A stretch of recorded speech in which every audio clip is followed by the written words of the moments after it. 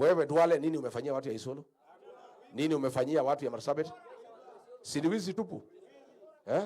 Yeye ameiba pesa ya SHA, pesa ya wagonjwa. Wanaiba na Kasongo wanapeleka huko Dubai. Pesa ya county anashikana na Guyo wanaiba.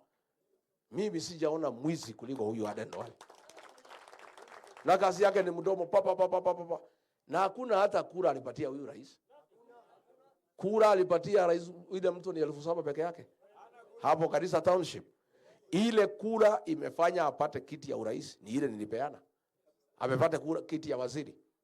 Ruto amempatia kazi kwa sababu yeye ni rais, na hapa Mlimani ndio tulimpatia kura. Huyu Duale has nothing. Ni mdomo na kelele mingi. Wafugaji. Kwani wafugaji ni watoto wako? Kwani ni wafanyikazi wako? Hao wafugaji wanaumia na umenyamaza na huko kwa serikali. Kama wewe unapenda wafugaji, mbona mifugo yao inaibiwa kila siku? What have you done about it?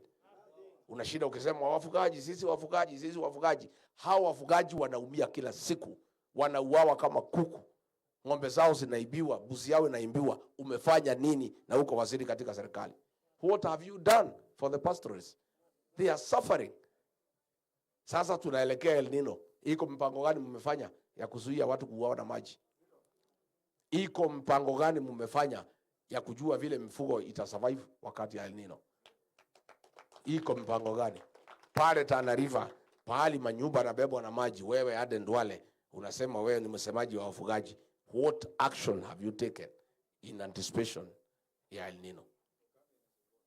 Mambo ya ukame mmefanya nini?